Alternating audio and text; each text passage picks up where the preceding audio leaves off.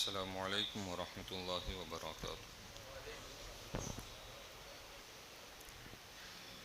الحمد للہ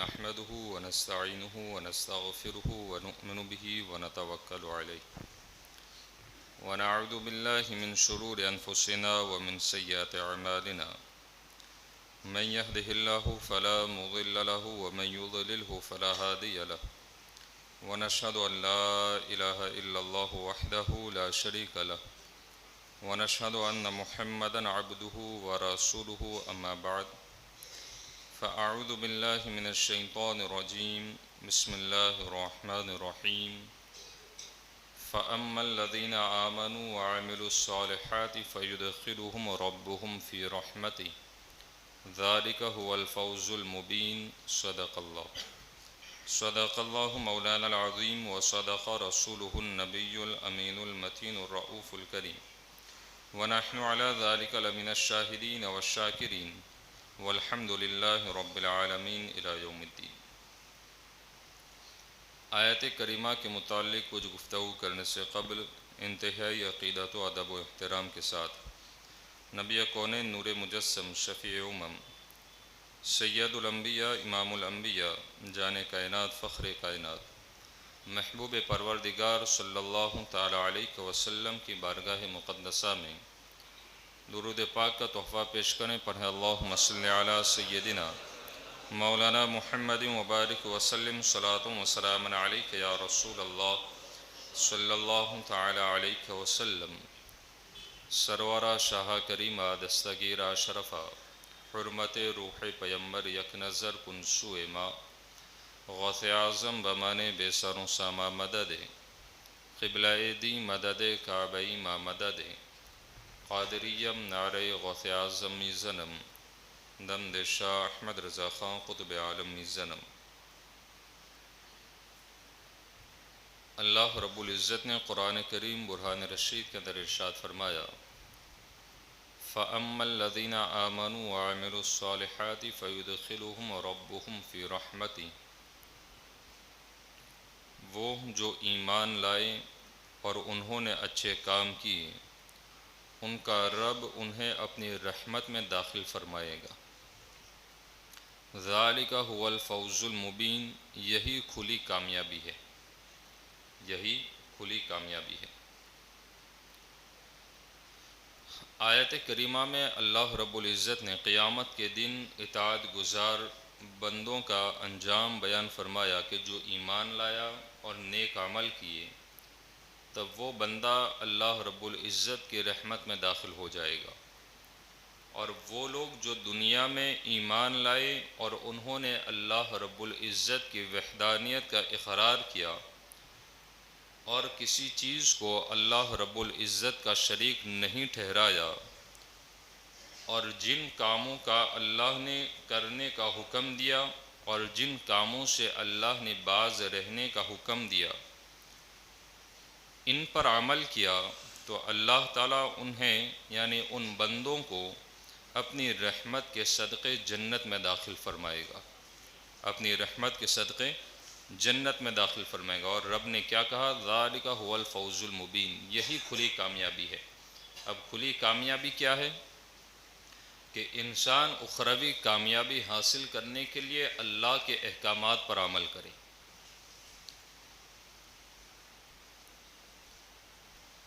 یہ آیت کریمہ کا مختصر سا میں نے خلاصہ ذکر کیا۔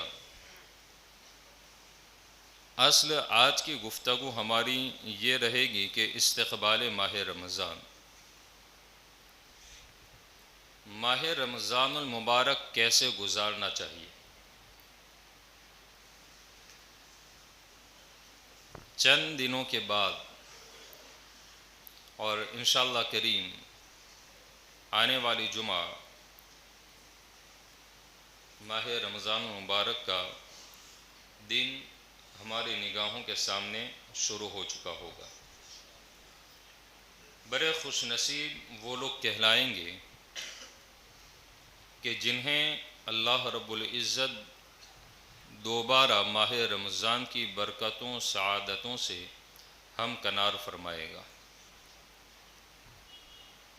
ویسے ماہ رمضان شریف ہماری زندگیوں میں ہمارے عمر کے تقاضے کے مطابق کئی مرتبہ آیا اور کئی مرتبہ رخصت ہو گیا، اور پھر ایک بار انشاءاللہ رب العزت اللہ کریم اپنی رحمت سے ماہ رمضان کی برکتوں سے مالا مال فرمائے گا۔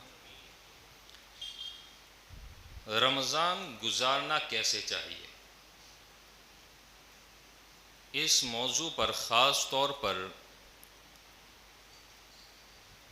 وہ حضرات توجہ دیں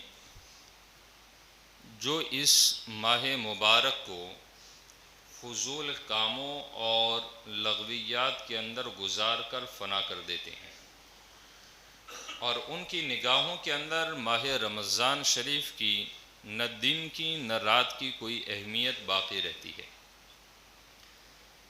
دن اس طرح گزارتے ہیں جیسے بے روزے کی حالت میں، اور رات ایسے گزارتے ہیں جیسے یہ رات ہمیں پکنک منانے کے لیے عطا کی گئی ہے۔ اکثر و بیشتر جگہوں پر ایک رواج اب عام ہوتا چلا جا رہا ہے، خصوصیت کے ساتھ جوان طبقے کے اندر ایڈوانس پلاننگ یہ ہوتی ہے کہ ماہ رمضان شریف میں نائٹ ہمیں کیسے گزارنی ہے۔ دو چیزوں پر خاص طور پر ان کی توجہ ہوتی ہے، ایک ہے یا تو کرکٹ کھیل کر اسے گزار دیا جائے، یا پھر کیرم بورڈ پر اپنی گیم کو فنش کر کے رات بھر میں اسے ختم کیا جائے۔ ان میں وہ حضرات بھی ہوتے ہیں، میرے ساتھی وہ بھی ہوتے ہیں جو صبح روزہ بھی رکھنا ہوتا ہے، روزہ تو رکھ لیتے ہیں، لیکن اللہ رب العزت کی بارگاہ کے اندر جب انہیں فجر کی نماز کے لیے حاضر ہونا ہوتا ہے تب وہ نیند بڑی ٹھنڈی لے کر اسے دن بھر گزار کر نمازوں کو فنا کر دیتی ہیں۔ ایسا ہے کہ نہیں ہے؟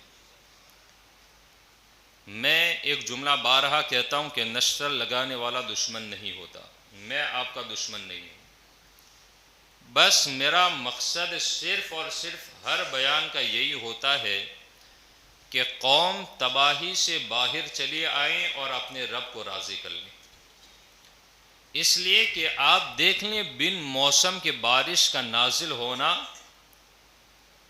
یہ کیا ہے، سب یہ انہیں ہم یہ سمجھتے ہیں کہ اللہ کی رحمت نازل ہوتی ہے، بلکہ اسے آپ اچھی طرح سوچے غور و فکر کریں تو پتہ چلے گا کہ یہ ایک عذاب کے طور پر ہے۔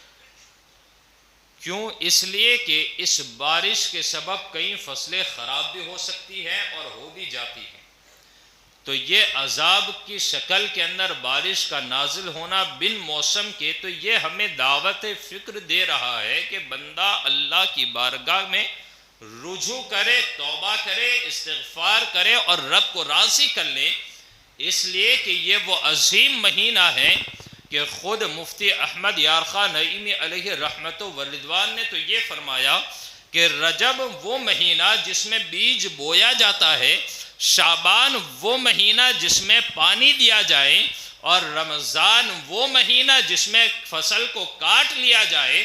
اب تینوں چیزوں کو آپ غور سے ذرا سمجھیں کہ آخر یہ بیج بونے کا حکم کیا دیا گیا، تو مفتی احمد یار خان نعیمی علیہ رحمہ کے اس جملے پر غور کریں تو رجب وہ مہینہ جس میں بندہ نیکیاں کریں، اور شعبان المعظم کے اندر وہ استغفار کریں، گریہ وزاری کریں، روئیں، اور رات کے اندر اٹھ کر اپنے رب کو راضی کرنے کے لیے آنسوؤں کو بہائیں، یہ پانی دے دے گا تو پھر رمضان کا وہ عظیم مہینہ جس میں اللہ تبارک و تعالی ایک فرض کا ثواب 70 گنا عطا کرتا ہے، تو وہ رمضان کے مہینے کے اندر اپنی اس فصل کو اس طور پر کاٹے گا کہ اللہ تبارک و تعالی کے پیارے حبیب صلی اللہ علیہ وسلم نے جو ارشاد فرمایا کہ رمضان کے مہینے میں جنت کے 8 دروازے کھول دیے جاتے ہیں تو اللہ تبارک و تعالی ان دروازوں سے کیا ہر کسی کو داخل فرمائے گا؟ کیا ہر کسی کو جانے کی اجازت دے گا؟ تو آپ اندازہ لگائیں وہ بندے خوش نصیب ہیں جنہوں نے رجب کے اندر اپنی نیکیوں میں بڑھوتری کی، شعبان المعظم میں گریہ وزاری کر کے رب کو راضی کیا، اب رمضان کے اندر روزے رکھ کر افطار میں دعا کر کے اور پھر اللہ کی بارگاہ میں جب وہ رجوع کرتا ہے تو اللہ ایسے مومن بندے کو حکم دے گا کہ وہ جنت کے جس دروازے سے جانا چاہے وہ داخل ہو سکتا ہے۔ ذالک هو الفوز المبین، یہی کھلی کامیابی ہے۔ کھلی کامیابی کون سی ہے؟ یہ نہیں ہے کہ انسان زندگی میں لاکھوں کروڑوں پیسے جمع کر کے اولاد کے لیے چھوڑ کر چلا جائے، یہ اس کی اصل کامیابی نہیں ہے، بلکہ اصل کامیابی کا تو اس وقت پتہ چلے گا جب بندہ پل صراط سے گزرنے کا وقت آئے گا۔ پل صراط بہت سخت ہے۔ رمضان مبارک کے اندر میں تو کہتا ہوں کہ پتہ نہیں ہم میں سے کس نے رمضان کو دیکھا، ابھی تو 4-5 دن کاٹنے ہیں، کس نے دیکھا؟ ہم میں سے کون رخصت ہو جائے ہمیں نہیں معلوم۔ اب رمضان کا انتظار بھی نہیں، بلکہ اسی وقت آج ہی اس رب کی بارگاہ کے اندر اپنے دل کو اتنا پاک کر کے پیش کر دے کہ اگر رمضان شریف میں اللہ نے اگر موت نصیب کر دی تو پھر یاد رکھو بندہ جس دروازے سے جنت میں داخل ہونا چاہے گا اللہ اپنی رحمت کے واسطے اسے جنت میں داخل فرما دے گا، لیکن شرط یہ ہے کہ یہ دل اللہ کی بارگاہ میں رجوع کر جائیں، توبہ کر لیں، اور پھر آپ دیکھیں اصل کامیابی کے اوپر ایک دوسری آیت کریمہ میں پیش کر دوں، ان ھذا لہو الفوز العظیم، قرآن نے کہا ان ھذا لہو الفوز العظیم لمثل ھذا فلیعمل العاملون۔ اب ذرا ان جملوں پر غور کریں، ہم تو بڑے نادان لوگ ہیں کہ رمضان کو صرف کھیل کود کا ایک مہینہ سمجھ لیں کہ بس رات بھر کیرم کے اندر گزاریں، پلینگ کے اندر گزار دیں یا دوسری چیزوں میں اسے فنا کر دیں، بلکہ رمضان کا مقدس مہینہ تو اس لیے اللہ نے عطا کیا کہ میرا بندہ ایک نفل کی ایک رکعت پڑھے تو اس ایک سجدے کے بدلے میں اللہ ہزاروں نیکیوں سے مالا مال کرے۔ تو بندہ اس رمضان کے مہینے کے اندر ایک فرض نماز پڑھے تو عام فرض کے مقابلے میں اسے 70 گنا ثواب عطا کرے۔ تو رمضان اس لیے نہیں عطا کیا جاتا کہ بندہ ایسے ہی اسے گزار دے۔ ان ھذا لہو الفوز العظیم، قرآن کہتا ہے کہ بے شک یہی بڑی کامیابی ہے۔ کون سی؟ جسے ہم سمجھتے ہیں وہ نہیں، بلکہ وہ اصل کامیابی کہ ہزاروں نعمتیں گھر میں ہیں، ٹھنڈا پانی فریج میں فروزن کیا ہوا، ہر قسم کی چیز خرید کر کھا سکتا ہے، اتنے پیسے دیے، لیکن پھر بھی وہ جب روزہ رکھتا ہے تب وہ اس نیت پر رکھتا ہے کہ میں اپنے رب کی رضا کے خاطر دن بھر پیاسا رہوں گا، دن بھر بھوکا رہوں گا اور اپنے نفس کے خلاف کام کروں گا۔ نفس کہے گا تجھے روزہ نہیں رکھنا، نفس کہے گا تجھے نماز نہیں پڑھنی۔ ہم ایک شکوہ ضرور کرتے ہیں کہ رمضان میں ہم نمازیں اس لیے پڑھتے ہیں کہ شیطان جکڑ دیے جاتے ہیں، لیکن میں کہتا ہوں سب سے بڑا شیطان جو نفس امارہ ہے وہ تو ہر لمحہ، ہر وقت، ہر موسم میں وہ تو ہمارے ساتھ لگا ہوا ہے۔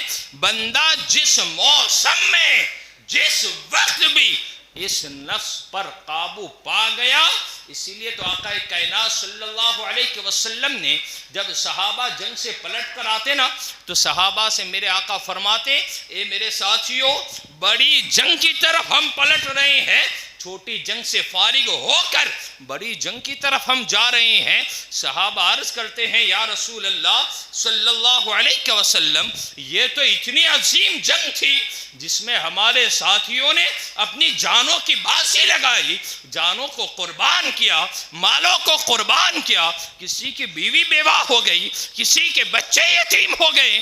یا رسول اللہ صلی اللہ علیہ وسلم اس سے بھی عظیم جنگ کون سی ہے؟ توجہ کریں میرے ساتھیوں, اس لیے کہ سب سے عظیم جنگ صرف یہ ہم نہ سمجھے بلکہ آقا کائنات صلی اللہ علیہ وسلم فرماتے ہیں اے میرے صحابہ سنو, سب سے بڑی جنگ وہ تمہارا نفس ہے, اس کے ساتھ تم نے کرنی ہے. اس لیے کہ نفس ہمیشہ انسان کو اپنے مطابق عمل کروانے کی کوشش کرتا ہے کہ جو میں کہوں اس کے مطابق وہ کام کریں. یہ کامیابی نہیں بلکہ کامیابی کیا ہے؟ جو اللہ نے حکم دیا کہ جس پر عمل کیا جائے بندہ اس پر عمل کرے, اور جن باتوں سے رکنے کا حکم دیا بندہ اس پر عمل کر گیا تو میرا رب کہتا ہے ذالک هو الفوز المبین, یہی کھلی کامیابی ہے. ان ھذا لہو الفوز العظیم, بے شک یہی بڑی کامیابی ہے. بڑی کامیابی کون سی ہے؟ جو اللہ کے احکامات پر عمل کیا جائے. لمثل ھذا فلیعمل العاملون.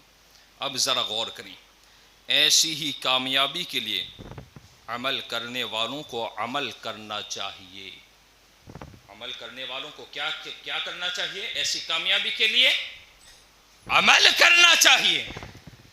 میں امام غزالی رحمۃ اللہ تعالی علیہ کا ایک جملہ بارہا دہراتا ہوں کہ بندہ کام عاصیوں والے کریں اور پھر امید رکھیں کہ اللہ جنت عطا کرے. تو پھر میں اس پر دنیاوی مثال پیش کرتا ہوں کہ بندہ لگائیں ببول کا درخت اور اس سے آم کھانے کی امید رکھیں, یہ کیسے مل سکتا ہے؟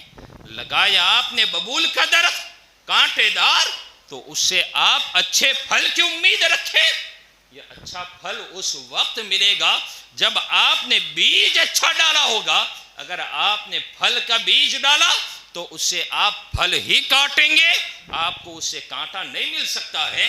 اگر آج اس دار العمل میں عمل والی زندگی کے اندر وہ عمل کیا جو اللہ نے عمل کرنے کا حکم دیا اور جن باتوں سے رکنے کا حکم دیا, بندہ ان باتوں پر عمل کر گیا تو پھر یاد رکھو جنت کے جس دروازے سے وہ بندہ داخل ہونا چاہے گا اللہ کی رحمت کے صدقے وہ داخل ہو جائے گا. اب اس پر دیکھیں, اس آیت کریمہ سے جو دوسری دو باتیں ہمیں سمجھ میں آتی وہ کیا ہے؟ جب تک اللہ تعالیٰ کی رحمت کسی شخص کی دستگیری نہ کرے, مدد نہ کرے, اس وقت تک کوئی شخص محض اپنی نیکیوں سے جنتی نہیں ہو سکتا. یہ بھی یاد رکھنا. پھر کوئی بندہ نیکیاں کر کے تکبر میں مبتلا نہ ہو کہ میں نے تو رمضان میں اتنوں کی خیرات کی, اتنوں کو صدقات دیے, اتنوں کو زکاتیں دی, میں نے رات میں اتنی رکعات عطا کی, میں تو رات بھر اللہ کی بندگی میں لگا رہتا. بلکہ صحابہ کی تو یہ کیفیت ہوتی کہ کئی سال گزر جاتے تو پڑوس میں رہنے والے کو بھی یہ پتہ نہ چلتا کہ بغل میں رہنے والا صحابی رات بھر اللہ کی بارگاہ میں گریہ وزاری کرتا ہے, صبح میں وہ عام انسانوں کی طرح وہی مزدوری کرتا اور اپنے رزق کو حلال طریقے سے کماتا. آج اگر ہمیں اللہ کی طرف سے توفیق مل جائے کہ اگر کسی کے ہم مدد کر گزریں تو پھر یہ نہ سمجھیں کہ ہم نے تو بڑے اچھے کام کیے ہیں, ہم جنتی ہیں, بلکہ جنت میں بھی وہی شخص جائے گا جو اللہ کی رحمت اس کی مدد کرے گی. بغیر اللہ کی رحمت کے کوئی جنت میں نہیں جا سکتا. یہ بھی سمجھے. دوسری بات, ایمان کے ساتھ تقوی, پرہیزگاری یہ ضروری ہے. ایمان کے ساتھ کیا ہے؟ فَأَمَّا الَّذِينَ آمَنُوا وَعَمِلُوا الصَّالِحَاتِ کا اللہ نے کیا کہا؟ وہ جو ایمان لائے اور ایمان کے بعد کیا کہا؟ وعملوا الصالحات، اور نیک کام کیے۔ اب نیک کام جنہوں نے کیا تو پھر ان کے لیے ضروری ہے کہ وہ اپنی عقل کے مطابق نیک کام نہ کریں، بلکہ وہ اللہ کے احکامات کے مطابق نیک کام کریں، ایمان کے ساتھ تقوی، یہ ضروری۔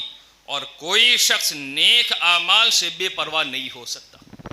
اب اگر کوئی یہ سمجھے اس سے کہ اللہ کی رحمت سے ہم تو جنت میں چلے جائیں گے، اب نیک کاموں کو ترک کر دیا جائے، نیک کام کرنے سے فائدہ کیا ہوگا، تو یہ بھی اس سے میننگ نہ نکالے، بلکہ سمجھانا یہ مقصد ہے اس سے کہ نیک کام بندہ کرتا چلا جائے، لیکن امید اللہ کی رحمت پر رکھیں کہ یہ نیک کام اللہ کی رحمت سے قبول ہو گئے تو پھر اللہ کی رحمت کے واسطے میں جنت میں داخل ہو جاؤں گا۔ رمضان شریف کا جب مہینہ آتا نا تو پھر آپ دیکھیں آج اکثر و بیشتر جو ہماری قوم کی حالت ہے نا وہ اکثر یہ بن چکی ہیں، خاص طور پر اس پر جوان طبقہ اس پر توجہ دیں، اس لیے کہ جوانی اللہ نے اس لیے نہیں عطا کی کہ اسے رات دن وہ لعب کے اندر گزار کر فنا کیا جائے، بلکہ اللہ نے اس لیے عطا کی ہے کہ بندہ صحت کے زمانے کے اندر اپنے رب کو راضی کر لیں تو پھر کمزوری کے زمانے کے اندر اسے پچھتاوے کی محسوس نہ ہو کہ اب میں نے تو اللہ کی بندگی بھی کرنی ہے لیکن جسم ساتھ نہیں دیتا، اب طاقت باقی نہیں رہی، میں صحیح سے رکوع نہیں کر سکتا، میں صحیح سے سجدہ نہیں کر سکتا، رب کی بارگاہ میں میں لمبا قیام نہیں کر سکتا۔ تو اللہ نے جوانی اس لیے دی ہے کہ یہ جوانی اللہ کی بارگاہ کے اندر اس لیے لگا دو کہ اللہ تم سے راضی ہو جائے اور تم اللہ سے راضی ہو جاؤ۔ اب دیکھیں آپ سیدنا فاروق اعظم رضی اللہ تعالیٰ عنہ سے جو روایت منقول ہیں، امیر المؤمنین سیدنا فاروق اعظم رضی اللہ تعالیٰ عنہ جب رمضان شریف کا مہینہ آتا نا تو پہلی رات مغرب کے بعد تمام لوگوں کو بٹھاتے اور بٹھانے کے بعد نصیحت کرتے، اور نصیحت کیسی ہوتی؟ بڑا نصیحت آموز خطاب ہوتا، اور اس طرح نصیحت فرماتے کہ امیر المؤمنین فاروق اعظم رضی اللہ تعالیٰ عنہ لوگوں کو بٹھانے کے بعد فرماتے بے شک اس مہینے کے روزے تم پر فرض کیے۔ کیا کیا اللہ نے تم پر؟ اس مہینے کے روزے فرض کیے ہیں، البتہ اس میں نوافل کی ادائیگی تم پر فرض نہیں ہے، نوافل کی ادائیگی فرض نہیں ہے، لہٰذا جو بھی نوافل ادا کرنے کی طاقت و قدرت رکھتا ہو اسے چاہیے کہ وہ نوافل ادا کریں۔ وہ کیا کریں؟ نوافل ادا کریں، کیونکہ یہ وہی بہترین نوافل ہیں جن کے بارے میں رب کائنات نے ارشاد فرمایا کہ جو نوافل کی ادائیگی کی استطاعت نہیں رکھتا اسے چاہیے کہ وہ اپنے بستر پر سو جائے۔ جوانوں اس پر درس حاصل کرنا، فرض کیا ہے؟ روزے ہیں، وہ روزے تم نے رکھ لیے، رات بھر اگر تم اللہ کی بارگاہ میں نوافل ادا نہیں کر سکتے تو پھر نماز تراویح اچھی طرح پڑھنے کے بعد اپنے بستر پر سو جاؤ اس نیت کے ساتھ کہ مجھے نماز فجر کے لیے اٹھنا ہے، مجھے سحری کھانا ہے، پھر روزہ رکھنا ہے۔ تو اب غور کریں آپ، جب تک بندہ اس نیت میں ہوتا ہے نا، اسی لیے تو آقا کائنات علیہ السلام نے فرمایا نیت المؤمن خیر من عملی، مومن کی نیت اس کے عمل سے بہتر ہے۔ نیت کیا تھی؟ نماز تراویح ادا کرنے کے بعد بستر پر سو گیا کہ مجھے نماز فجر کے لیے اٹھنا ہے۔ آقا کائنات علیہ السلام کی اس نیت والی اس حدیث پر اگر ہم تبصرہ کریں اور مفسرین کی باتیں دیکھیں شارحین کی تو پتہ چلے گا کہ بندہ بھلے سو گیا اپنے بستر پر لیکن نیت یہ ہے کہ روزہ بھی رکھنا ہے، فرض نماز بھی ادا کرنی ہے۔ اس پورے ٹائم کے اندر وہ حالت نماز میں جس طرح اسے ثواب دیا جاتا ہے، بھلے وہ بستر پر سو رہا ہے لیکن اللہ اسے نماز کا ثواب عطا فرماتا ہے۔ نیت المؤمن خیر من عملی، مومن کی نیت اس کے عمل سے بہتر ہے۔ فاروق اعظم آگے فرماتے ہیں تم میں سے ہر بندہ یہ کہتے ہوئے ڈریں کہ اگر فلاں شخص روزے رکھے گا تو میں روزہ رکھوں گا۔ یہ نصیحت کس کو کر رہی ہے؟ صحابہ بیٹھے ہیں جنہوں نے نبی آخر الزمان صلی اللہ علیہ وسلم کے مقدس چہرے نبوت کو دیکھا۔ وہ صحابہ کو امیر المؤمنین فاروق اعظم یہ نصیحت کرتے ہیں کہ تم میں ہر شخص یہ بات کہنے سے ڈرے کہ فلاں شخص روزہ رکھے گا تو میں روزہ رکھوں گا۔ آج ہم میں یہ کیفیت ہے کہ نہیں ہے کہ فلاں کہاں کرتا ہے میں کیا کروں؟ فلاں کے چکر میں ہم اپنی آخرت برباد نہ کریں۔ آگے فرماتے ہیں اگر فلاں شخص نوافل ادا کرے گا تو میں بھی پڑھوں گا۔ جو بھی روزے یا نوافل ادا کرو نا، آگے فرماتے ہیں جو بھی روزے رکھو یا نوافل ادا کرو تو اس کے لیے نہیں بلکہ کس کے لیے ہو؟ فاروق اعظم رضی اللہ تعالیٰ عنہ فرماتے ہیں اگر کوئی بندہ نوافل پڑھتا ہو یا اللہ کے احکامات کی پابندی کرتا ہو، وہ روزے رکھتا ہو، تو وہ اس نیت پر رکھے کہ اللہ رب العزت کو مجھے راضی کرنا ہے، اس لیے رضائے مولا کے لیے۔ اب اس پر امیر المؤمنین سیدنا علی المرتضیٰ شیر خدا رضی اللہ تعالیٰ عنہ کی اس بات پر بھی ذرا توجہ کریں۔ آمد رمضان کے موقع پر جب شیر خدا علی المرتضیٰ رضی اللہ تعالیٰ عنہ جب باہر تشریف لاتے تو پھر آپ نے رمضان کی پہلی رات جب باہر نکلے تھے تو کیا دیکھا؟ مساجد پر قندیلیں چمک رہی ہیں، لائٹنگ جگمگا رہی ہیں اور لوگ کتاب اللہ کی تلاوت کر رہی ہیں۔ یہ دیکھ کر آپ نے یہ ارشاد فرمایا تھا نور اللہ لعمر فی قبرہ کما نور مساجد اللہ بالقرآن۔ یہ مولا علی فرماتے ہیں، اور کس کے تعلق سے فرمایا؟ فاروق اعظم رضی اللہ تعالیٰ عنہ کے تعلق سے کہ نور اللہ لعمر فی قبرہ، اللہ رب العزت امیر المؤمنین سیدنا عمر بن خطاب رضی اللہ تعالیٰ عنہ کی قبر کو ویسا ہی منور کر دے جیسا آپ نے رمضان المبارک میں مساجد کو قرآن سے منور کیا، جیسا رمضان میں مساجد کو قرآن کی تلاوت سے منور کر دیا، اللہ رب العزت فاروق اعظم کی قبر کو منور کر دے۔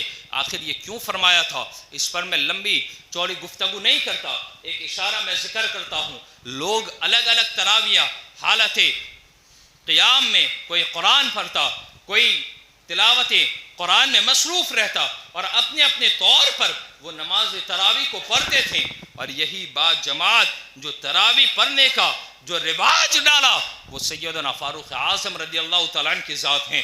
یہ کیسا سما ہوتا ہے کہ قرآن پڑھنے والا قرآن پڑھتا ہے اور سننے والا تلاوت کو سنتا ہے، لیکن شان کریمی دیکھیں میرے رب کی کہ جتنا پڑھنے والے کو اللہ ثواب دیتا ہے سننے والے کو بھی اللہ اتنا ہی ثواب عطا فرماتا ہے۔ لیکن ہماری قوم چند دن آتی ہیں، اس کے بعد مسجدیں ویران ہوتی ہیں۔ میں کہتا ہوں کہ قرآن کی تلاوت سننا وہ عظیم نعمت ہے کہ بندہ رات بھر عبادت بھلے نہ کر سکے، لیکن 1 گھنٹہ سوا گھنٹہ حالت تراویح میں جس نے قرآن کی تلاوت کو بھی سن لیا، میرا ایمان و یقین ہے کہ یہی سننے کی برکت سے اللہ پل صراط سے گزرنے کا راستہ آسان فرما دے گا۔ پل صراط بڑا کٹھن ہے۔ حضرت فضیل بن عیاض رضی اللہ تعالیٰ عنہ فرماتے ہیں پل صراط کا جو راستہ ہے نا 15,000 سال کی مسافت ہے۔ کتنے 15,000 برس بندہ سفر کرے نا تب وہ پل صراط کا راستہ ختم ہوگا، اور ان میں اب ڈیوائیڈ کیا 5 سال سے پل صراط کو چڑھنے میں لگیں گے، 5 سال اس کو اترنے میں لگیں گے، اور 5 سال پل صراط کو پار کرنے میں لگ جائیں گے۔ اب اتنا کٹھن ہے کہ اس کے راستوں کے کنارے کرو یعنی جو مڑا ہوا ہوتا ہے نا ویسے کانٹے اتنے سخت کہ جس کی کیفیت اگر ہم احادیث نبویہ میں اگر دیکھیں تو بندہ اس کو دیکھ کر پڑھ کر اس کی وحشت سے اتنا دنگ رہ جائے کہ وہ شاید و باید ہی گناہ کی طرف وہ پھر قدم اٹھائے گا. اتنا سخت ہے، اور ہر کسی کو وہاں سے گزرنا ہے، جنتی کو بھی اور جہنمی کو بھی. یہ چیزیں دماغ میں رکھیں. رمضان کا استقبال اس نیت سے کریں کہ انشاءاللہ روزوں کی پابندی کی جائیں گی، تلاوت قرآن کی پابندی کی جائیں گی، اور پھر اس کے ساتھ ایسا دل پاک کیا جائے گا کہ پورا سال کبھی بھی نمازوں کو ترک نہیں کیا جائے گا. اللہ کریم ان باتوں پر مجھے آپ کو عمل کی توفیق عطا فرمائے. دوران گفتگو کسی بھی قسم کی خطا ہوں، استغفر اللہ ربی من کل ذنب و اتوب الیہ، توبہ کر لیں اور اللہ کی بارگاہ میں استغفار کر لیں. استغفر اللہ ربی من کل ذنب و اتوب الیہ وما علینا الا البلاغ. السلام علیکم ورحمۃ اللہ.